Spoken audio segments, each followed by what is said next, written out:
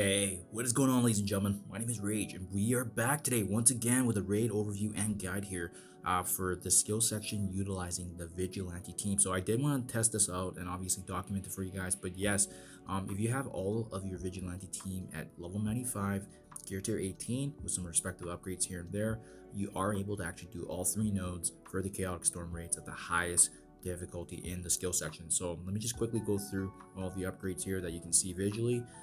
But yeah, it was nice to see that at least bare minimum these guys can get it done. Heck, they may very well be able to sim it as well. You'll see the gameplay, but I just wanted to showcase for you guys what the min-max level is before I bring them up even to a higher level for obviously some of the content in the game. So there you guys have it. Quick overview right there. Let's get into now the node playthrough of how I was able to get through successfully with the synergy of this team.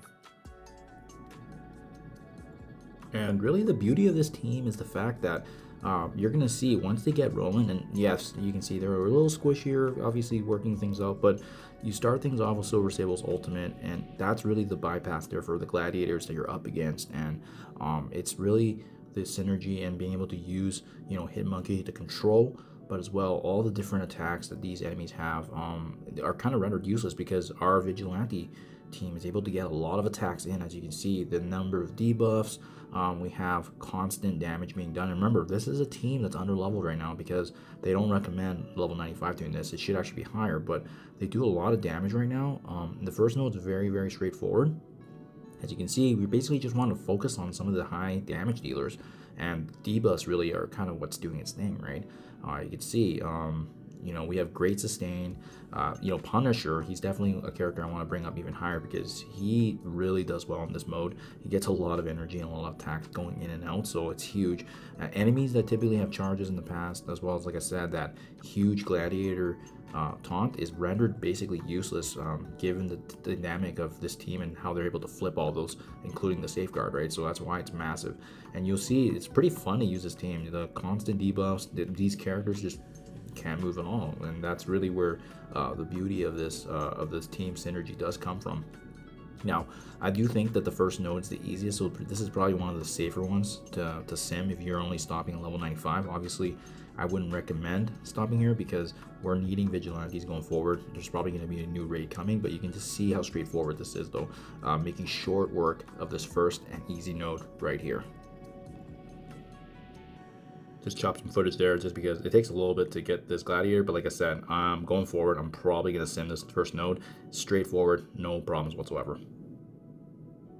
Node 2. So to be honest, I don't know if I would actually recommend simming this one.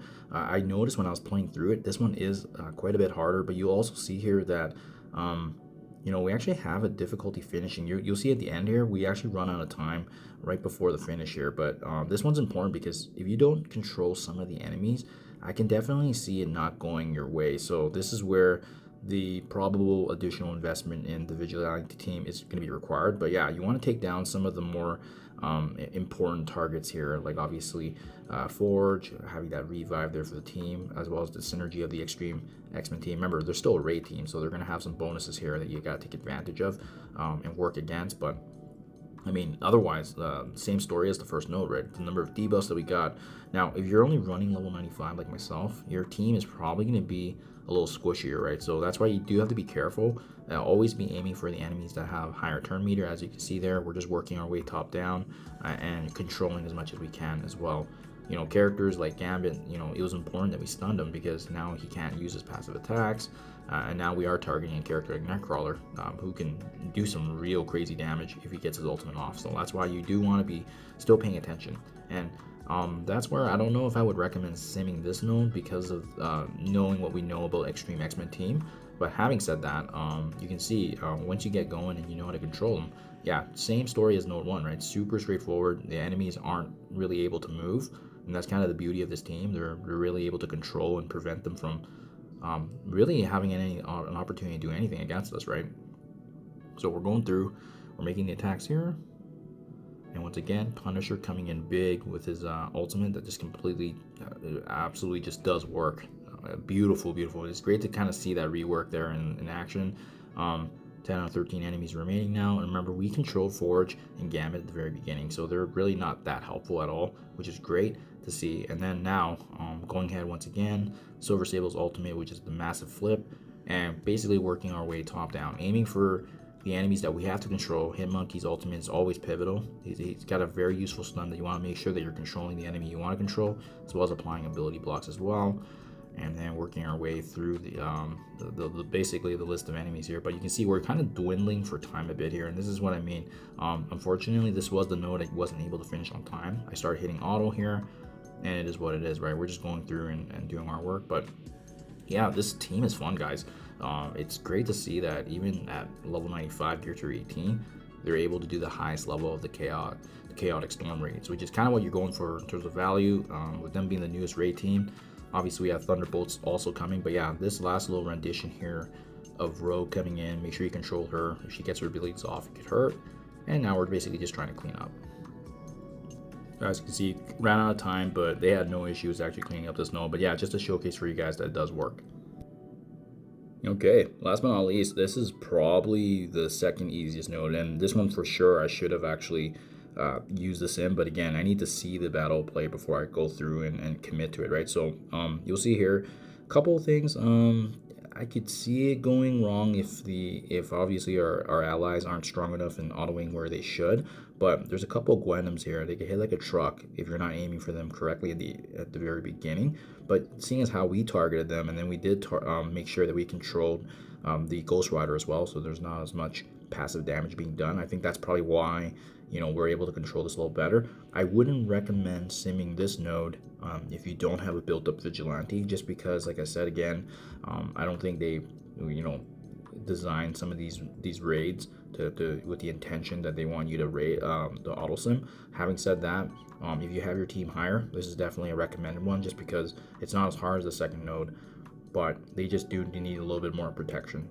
I think, what was it? I think I did a playthrough, and one of the Gwendoms used her ultimate, and it killed 3 of my 5 members of my team. And that's just because, look at that gladiator attack, right? So for that reason right now, until I build them up higher, I'm not going to sim it. But for sure, if you have them at level 100, level 105, and as well if you have any gear tier 19, for sure, right? Like that's kind of the goal here, right? Getting them to gear tier 19 is going to give them an extra statistical increase and put you in a much better advantage here. But you can see after that, after controlling the initial wave, this is a very, very easy node. Heck, even on the same level as the first node. But like I said, I don't think I would sim this if you have a lower team, just because we're just trying to see if the bare minimum works, and it does. And that's it, guys. That's skill. That's arguably the hardest section in the chaotic storm raids, and it's nothing with this team here, just because they're designed to take this down, and they are the newest and greatest team right now in terms of, you know, being part of the meta until Thunderbolts officially join as the next bio raid team. So yeah, highly recommend, guys. There's obviously the Fallen Dimensions that's currently ongoing right now for a limited time that you can take advantage of. But in the meantime, hopefully this was helpful. Hopefully you guys are able to get a bit of value from seeing that, yes, you can actually use Vigilante at lower levels here, and they are able to actually get the job done. And you can see it's more so just going through the attacks and making sure you target some of the enemies that can wipe you. But once you fully build them up, level 100, 105, like I said, the way that they're intended, 100%, this is a team that you can use just to sim the raids, get additional gear tier 20 pieces, as you're seeing right now, because the enemies just can't even move with this team. It's beautiful. It's going to be interesting to see what happens in the next rendition of skill rates, because this is already so much better than Inspired Society, and they used to be one of the best teams in the game. So it's always that meta shift, right? Anywho, hope this is helpful, guys. Let me know what you think in comments below. Thank you, and I'll catch you guys in the next one.